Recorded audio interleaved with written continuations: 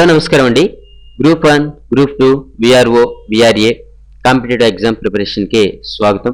ఏంటంటే మనకి పంచాయతీ సెక్రటరీలో కావచ్చు, విఆర్ఓ కావచ్చు, విఆర్ఏ కావచ్చు, గ్రూప్ 2 కానీ గ్రూప్ 1 కానీ మనకి ప్రతిదీ కూడా చాలా వరకు ఇంపార్టెంట్ అయినటువంటి వీడియోస్ని నేను మీకు ఈ యొక్క ఛానల్లో పెట్టడం జరిగింది. ఏంటంటే కానిస్టేబుల్స్కి, ఎస్ఐలకి కూడా ఉపయోగపడేటటువంటి సైన్స్కి సంబంధించినటువంటి వీడియోలు మీరు చాలా వరకు చూడలేదు, దాని గురించి మీరు నేర్చుకోలేదు. ఓకే, ఏంటంటే నేను ఇప్పుడు ఒక్కొక్క వీడియో కూడా మీకు చూపిస్తాను, ఒక్కసారి చూడండి. దీంట్లో కనుక మనం చూసుకున్నట్లయితే ఇప్పుడు ఇక్కడ విసర్జక వ్యవస్థ అని చెప్పి నేను ఒక వీడియో చేశాను. వీడియో చేస్తే దీనికి చాలా మంది, తక్కువ మంది చూశారు. ఎందుకు ఇంత తక్కువ మంది దీన్ని చూశారు అంటే ఏంటంటే అప్పుడు ఛానల్ అనేది పబ్లిసిటీ సరిగ్గా లేదు. అప్పుడు ఛానల్కి పబ్లిసిటీ సరిగ్గా లేదు కాబట్టి ఈ వీడియో అనేది మనకి మామూలుగా మరుగున పడిపోయింది అనమాట. మనకి ఎక్కడో ఇది 4th పేజీలోనో ఎక్కడో తగులుతుంది ఇది. ఓకే, ఈ విసర్జన వ్యవస్థ అని దీని నుంచి కూడా మనకి చాలా వరకు మంచి మంచి బిట్స్ అనేవి వస్తూ ఉంటాయి. తర్వాత చూస్తే నాడీ కణాలు. నాడీ కణాలు అంటే ఇప్పుడు దీని నుంచి కూడా బిట్స్ వస్తూ ఉంటాయి. ఇది కూడా చాలా వరకు ఇంపార్టెంట్. అదేవిధంగా చూస్తే కేంద్రీయ నాడీ వ్యవస్థ అన్నాం. కేంద్రీయ నాడీ వ్యవస్థలో వెన్నుపూసలు ఎన్ని ఉన్నాయి, లేకపోతే మైండ్కి సంబంధించి చాలా వరకు చాలా చాలా మంచి మంచి విషయాలు అనేవి దీంట్లో చెప్పడం జరిగింది. తర్వాత చూస్తే మనకి జనరల్ స్టడీస్కి సంబంధించి జ్ఞానేంద్రియాలు అని కూడా ఒకటి చేసాం. జ్ఞానేంద్రియాలు అనేది, ఈ జ్ఞానేంద్రియాల నుంచి కూడా మనకి బిట్స్ వస్తాయి. ఇంకోటి ఏంటంటే ఇక్కడ హార్మోన్లు, ఇది చాలా చాలా వరకు ఇంపార్టెంట్ అయినటువంటి వీడియో. ఇది హార్మోన్ల గురించి తప్పనిసరిగా మళ్ళీ బిట్స్ అడుగుతారు. అంటే ఈస్ట్రోజన్ ఎవరిలో ఉంటుంది, ప్రొజెస్టరాన్ ఎవరిలో ఉంటుంది. ఓకే, ఇవన్నీ కూడా చాలా చాలా ఇంపార్టెంట్ అయినటువంటి వీడియో ఇది. దీని నుంచి కూడా బిట్స్ వచ్చే అవకాశం ఉంది. తర్వాత చూస్తే మనకి ప్రత్యుత్పత్తి వ్యవస్థ.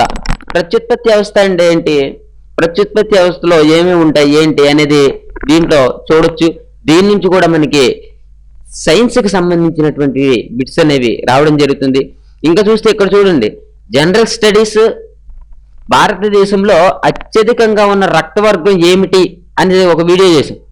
భారతదేశంలో ఉన్నటువంటి అత్యధికంగా రక్తవర్గం ఏంటంటే బి అనేది ఎక్కువగా ఉంటుందన్నమాట రక్తవర్గం. ఇది కూడా నేను చేశాను. ఇది చేసి చాలా ఎప్పుడు ఆగస్టులో చేశాను. ఓకే, 2016 ఆగస్టులో చేశాను దీన్ని. ఏంటంటే అప్పుడు కూడా మన ఛానల్ సరిగ్గా పబ్లిసిటీ లేదు, అప్పుడు కూడా లేదు. ఇప్పుడు ఏంటంటే రక్తవర్గాలకు సంబంధించి కంపల్సరిగా ఒక బిట్ వస్తుంది మీకు. రక్తవర్గాలకు సంబంధించి మీకు కంపల్సరిగా ఏ రక్తం ఎవరితో కలుస్తుంది ఏంటి అనే దాని గురించి ఒకవేళ పేపర్ టఫ్గా ఇచ్చారు అని కనుకంటే రక్త వర్గాల గురించి కూడా అడుగుతున్నారు. ఓకే, ఈ వీడియో కూడా మీరు చూడవలసిన అవసరం ఉంది. తర్వాత చూస్తే ఇక్కడ మనకి చూడండి, జనరల్ స్టడీస్ ఔషధ శ్రేణి. ఓకే, ఇది కూడా మనకి ఉపయోగకరంగా ఉంటుంది. ఔషధ శ్రేణి ఏ విధంగా ఉంటుంది ఏంటి అనేది ఈ వీడియో కూడా ఒకసారి చూడాలి. చూసిన తర్వాత ఇక్కడ చూడండి, జనరల్ స్టడీస్ కాలుష్యం. ఓకే, కాలుష్యానికి సంబంధించి కూడా వస్తున్నాయి. తర్వాత చూడండి వ్యాధి.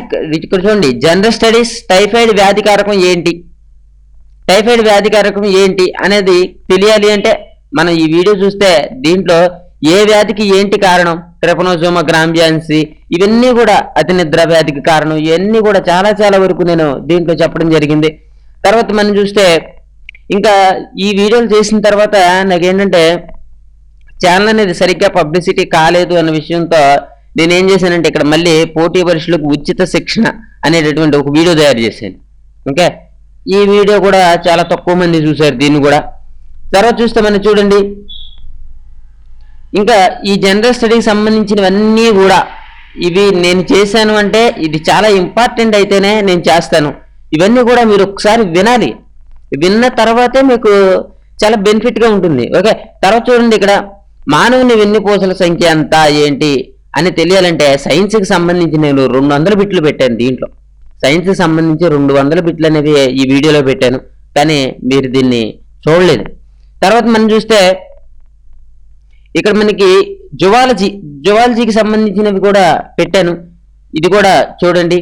ఓకే, ఆ రకంగా చూసుకుంటూ పోతే మనకి చాలా వరకు ఉన్నాయి. ఇక మనకి ఏంటంటే భారతదేశం యొక్క ఉనికి గురించి చెప్పినప్పుడు ఛానల్ అనేది కొంచెం గ్రోత్ అయిందనమాట. మన ఛానల్ అనేది కొంచెం గ్రోత్ అవ్వడం మొదలుపెట్టింది. అక్కడ నుంచి భారతదేశ చరిత్ర క్రోనాలజీ, ఇది చాలా చాలా వరకు ఇంపార్టెంట్ అనమాట. అంటే ఒకదాని తర్వాత ఒకటి అలా వెళ్ళిపోతూ ఉంటుంది. ఇది చాలా వరకు బాగుంటుంది. ఈ వీడియో కూడా చూడాలి మీరు. తర్వాత ఏంటంటే ఇక్కడ మనం చూస్తే ఇక 4వ పేజీ కనుక ఓపెన్ చేసుకుంటే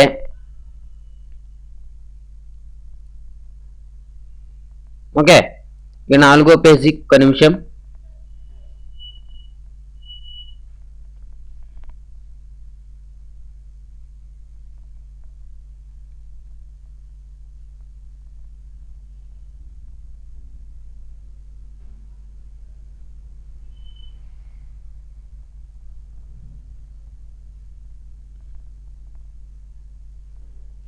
ఓకే, చూడండి దీంట్లో కూడా చాలా వరకు ఉన్నాయి వీడియోస్. ఓకే, మీరేంటంటే ఏదైతే తక్కువ వ్యూస్ ఉంటాయో ఆ వీడియోని చూస్తే మీకంటూ ఒక స్పెషల్ నాలెడ్జ్ అనేది పెరుగుతుంది. ఈ విషయాన్ని మట్టుకు మీరు గుర్తుపెట్టుకోండి. ఓకే, మీరేంటంటే ఛానల్లో అన్ని వీడియోలు చూడకపోవడం ఏంటంటే, ఇది చూడండి ఇక్కడ ముఖ్యమైన వ్యక్తుల సమాధులు పేర్లని, అంటే ఎవరి సమాధి ఎక్కడుంది ఏంటి అనే దాని గురించి ఒక వీడియో చేశాను. ఇది కూడా మీరు చూస్తే నాలెడ్జ్ అనేది ఇంప్రూవ్ అవుతుంది. ఓకే, తర్వాత చూస్తే మనకి ఈ అవార్డుల గురించి, ఎక్కడ భారతదేశం యొక్క ప్రముఖ దేవాలయాలు ఎక్కడ ఉన్నాయి, గృహాలు, స్మారక చిహ్నాలు, ఇవన్నీ కూడా చేశాను. ఇవన్నీ చూడండి. మీరు ఇవన్నీ కూడా ఒక్క 2 రోజుల్లో కనుక వినేస్తే మీకు ఎగ్జామ్ దగ్గరికి వస్తుంది. కాబట్టి ఇవన్నీ కూడా ఒక 2 days టైం తీసుకుని మీరు వినేస్తే, నేనేంటంటే కొత్త ఏమేమైతే బాగా ఇంపార్టెంటో అవన్నీ పెడుతున్నాము. అవన్నీ ఒకదాని తర్వాత ఒకటి పెడుతున్నాను. మీరు ఇవన్నీ కూడా ఒక్క 2 days లో మొత్తం అన్ని వీడియోస్ చూడండి. ఓకే, మీరు కాంపిటేటివ్ ఎగ్జామ్స్ లో సక్సెస్ అవ్వాలని ఆశిస్తూ thank you for watching. Have a nice day.